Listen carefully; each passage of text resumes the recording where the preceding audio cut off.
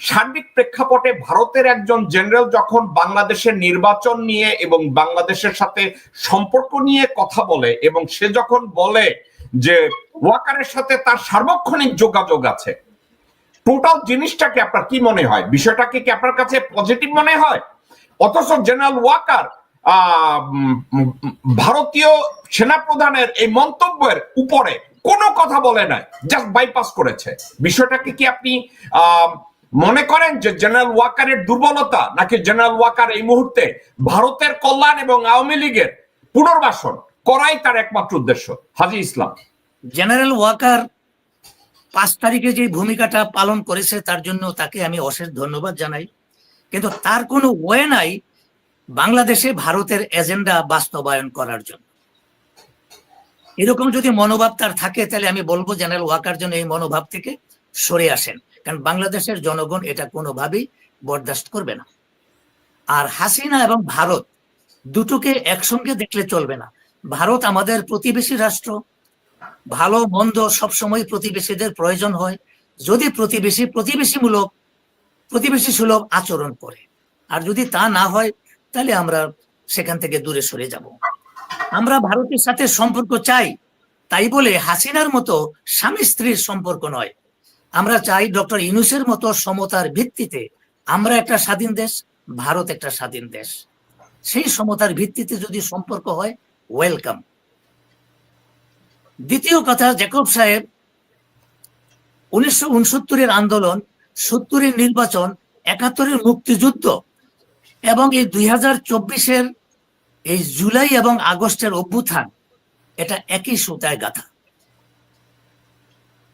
সুতরাং পাকিস্তানিদের বিরুদ্ধে আমাদের আন্দোলনটা ছিল কিসের? বৈষম্যের। এটা তো আপনারা খুব ভালো করেই জানেন। সেই বৈষম্যের আন্দোলন করতে যাইয়া আমরা শেষ পর্যন্ত নির্বাচনে গেলাম। নির্বাচনে আমরা ম্যান্ডেট দিলাম, পাকিস্তানিরা পাকিস্তানের সংবিধান না মেনে আমাদেরকে ক্ষমতা দেওয়া হয়নি। আমাদেরকে ক্ষমতা না দিয়ে তারা রাতের অন্ধকারে এই 1971 সালের 25শে মার্চ আমাদের উপর ঝাঁপাইয়া পড়ে কামান গোলা নিয়ে। এটার জন্য আমি শেখ মুজিবকে দায়ী করব, কারণ শেখ মুজিব ইআই এবং ভুট্টোর সাথে মিলে এই পাকিস্তান থেকে 1.25 লক্ষ বর্বর পাকিস্তানি সৈন্য এনে এই রাতের অন্ধকারে আমাদের উপর ঝাঁপাইয়া পড়ে। সেই সময় জামাতে ইসলাম নামে একটা দল, তারা আমাদের স্বাধীনতাকে সমর্থন করেনি, নাও করতে পারে, এটা তাদের বিবেক। তারা চেয়েছে পাকিস্তানের অখণ্ডতা। আমি এই কথা বলবো না তারা কেন পাকিস্তানের অখণ্ডতা চেয়েছে, এটাও তাদের অধিকার। কিন্তু যেখানে দেশের মেজরিটি পিপল আলাদা স্বাধীন চাচ্ছে, তারা তার বিরোধিতা করে পাকিস্তানিদের সাথে সমর্থন জুগিয়েছে। সুতরাং এই জন্য জামাতকে কোন অবস্থাতেই ক্ষমা করা যায় না, আনটিল আনলেস তারা যদি পূর্ববর্তী নেতাদের ভুলটাকে স্বীকার করে জাতির কাছে ক্ষমা না চায়। আজকে আসুন, জুলাইতে যে আন্দোলনটা শুরু হলো, বাংলাদেশেও ঠিক বৈষম্য নিয়ে আন্দোলন শুরু হলো। হাসিনারাও বৈষম্যের নামে 56% সুযোগ সুবিধা হাসিনার পরিবার এবং আওয়ামী লীগ ভোগ করে গেছে, যেটা ছাত্রদের নজরে আসছে। আমাদের নজরে আসলেও আমাদের কিছু করার ছিল না, ছাত্রদের নজরে আসছে বিদায় তারা সমবেত হয়ে একটা আন্দোলন গড়ে তুলছে। সেই আন্দোলনের ফলেই আজকে 5ই অগাস্ট আমরা পেলাম। সেই 5ই আগস্টে বাংলাদেশের সংবিধান, রাজনৈতিক দল কিছুই আর থাকে না, থাকে শুধু ছাত্র জনতার আন্দোলনে যারা নেতৃত্ব দিয়েছে এবং যারা ডক্টর ইউনূসকে নিয়োগ দিয়েছে ওই সরকার পরিচালনা করার জন্য। তারপরে আর কাউকে পরোয়া করা দরকার পড়ে না আমাদের দেশ ও জাতির। আজকে রাজনৈতিক দলগুলি বলে বেড়াচ্ছে সংবিধান সংস্কার তারা এসে করবে, হ্যাঁ, আগে নির্বাচন হোক, তারা ক্ষমতায় যাক। এটা একদম ডাহা মিথ্যা কথা।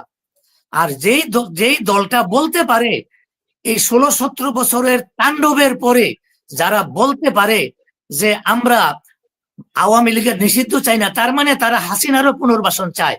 আমি তাদেরকে বলবো দে আর পলিটিক্যাল বাস্টার্ড, যাকে বাংলায় বলে রাজনৈতিক বেশ্যা।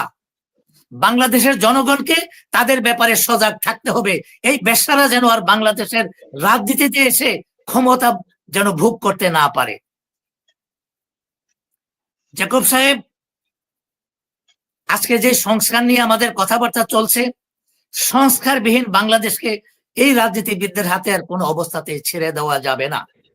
ডক্টর ইনুস যদি এই হাল ছেড়ে দেয় তাহলে এই দেশ আর স্বাধীন থাকবে না। আমরা যারা প্রবাসে এই আন্দোলন করেছি, আমরা যে গলাবাজি করেছি, আমাদের জায়গা আর এই বাংলাদেশে হবে না।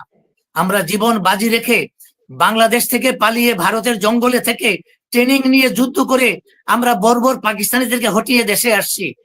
আবারও যদি সেই আওয়ামী লীগ ক্ষমতায় আসে, আমাদের আর বাংলাদেশে কোনো জায়গা থাকবে না। সুতরাং আওয়ামী লীগ নামে এই জন্তুটাকে বাংলাদেশে আর কোনো অবস্থাতে পুনর্বাসনের ব্যবস্থা যেন না করা হয়, সেই ব্যাপারে দেশের জনগণকে সজাগ থাকতে হবে। আর যারা আওয়ামী লীগকে পুনর্বাসন করতে চায় তাদের ব্যাপারেও সজাগ থাকতে হবে, তাদেরকে যেন কোনো অবস্থাতেই ভোটে নিয়োগ দেওয়া না হয় রাষ্ট্র পরিচালনা করার জন্য। আজকে ভারত বাংলাদেশের নির্বাচন নিয়ে কথা বলছে।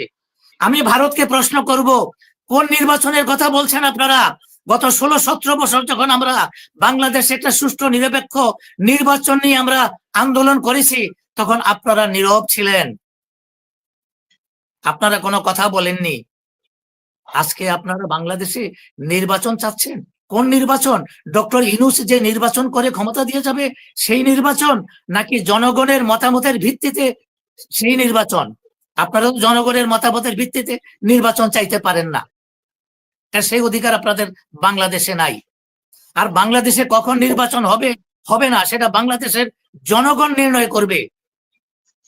আপনাদের মাথা ব্যথার কোনো কারণ নাই। Please forget it. ধন্যবাদ। কারা রইল বোকাপাট, কারা রইল বোকাপাট, ভেঙে ফেল করলে লোপাট, রক্ত জমাট শিকল পুজোর ভাষণ বেদি। ওরে ও তরুণ নিশান, ওরে ও তরুণ নিশান, তোর গলায় বিশাল ধ্বংস নিশান, প্রাচীর প্রাচীর ভেদি। কারা